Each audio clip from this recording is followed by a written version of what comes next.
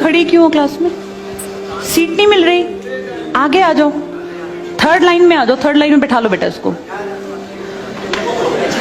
फिर तेरी बहन को जब कोई कहेगा यहाँ आके बैठ जा, फिर अच्छा लगेगा? थोड़ा लिमिट में रहना चाहिए ना। बैठ जाओ बेटा। चलो अपने देखो, अपने व्यवहार को ऐसा रखो जैसा तुम दूसरे के साथ करो, तुम्हारी बहन के साथ वही होगा। यहाँ नहीं, जहां वो कॉलेज में जाएगी वहां होगा, बस में होगा, ऑटो में होगा। समाज सबसे मिलके बनता है। तुम घटिया हो ना किसी के लिए, तो तुम्हारी बहन के लिए 100% कोई ना कोई घटिया। भगवान जो है कर्मा रिटर्न्स बैक है, ये सीधी थ्योरी है ये। और ये मैं अपने लिए भी मानती हूँ, मैं अपनी बेटी के लिए भी मानती हूँ। मैं जैसा कर रही हूँ ऐसा ही मेरे साथ होगा, या मेरे घर वालों के साथ। तुम जैसा कर रहे हो ऐसा तुम्हारे भाई बहनों के साथ होगा ही होगा। हम किसी भी बेटी के साथ गलत करेंगे ना, तो अपने आप को इसके लिए तैयार रखना कि मेरी बहन भी पढ़ने निकलेगी। आज छोटी है तो कल निकलेगी। चाचा की बेटी, मामा की बेटी, ऐसा नहीं कोई घर में रिश्ते ही ना हो, माँ भी तो होगी।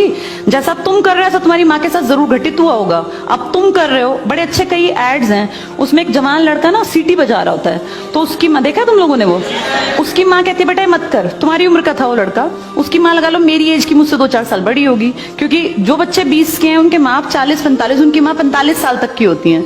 तो लगातार सीटियां बजा रहा है, उसकी माँ उसको कहती है बेटा मत कर, वो इरिटेट हो जाती है।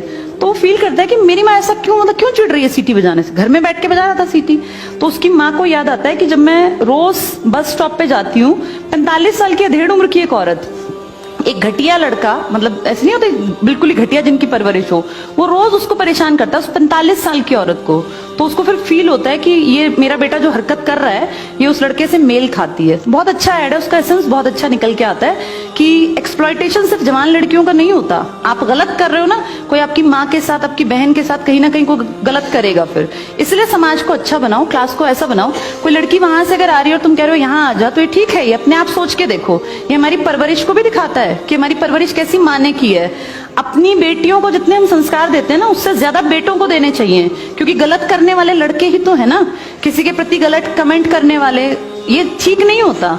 इतने काबिल बनो कि कोई तुम्हारे साथ बैठना चाहे। तुम्हें ये कहना पड़ रहा है कि यहाँ के बैठो, तुम कोई वो छिछोरे 70-80 के दशक के लड़के थोड़ी ना हो, पढ़े लिखे 21वीं-22वीं सदी के लड़के बैठे हो, तुम कोई बच्चे नहीं हो। अब अपने व्यवहार को इतना अच्छा बनाओ, क्योंकि जब गलत बात बोलो ना तो ये सोच के बोलना कि मेरे घर में जो औरत है ना उसको ये सहना पड़ रहा है कहीं ना कहीं। तुम ही लोगों ने समाज बना रखा है, इसको घटिया बना लो चाहे अच्छा बनाओगे तो पूरा समाज अच्छा बन जाएगा। घटिया बनाओगे तो तुम्हारी माँ को भी वो 100% सुनना पड़ता होगा, क्योंकि ये कर्म है, ये किसी को नहीं छोड़ते।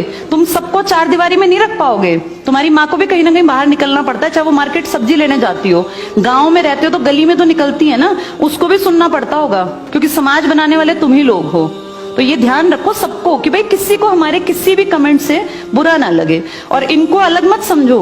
जैसे तुम्हारी बहनें ऐसी ये हैं, पसंद आना कोई अलग बात होती है, पर व्यवहार अच्छा रखना चाहिए। तुम्हारी परवरिश अच्छी माने की है, कम से कम ये दिखा के चलना।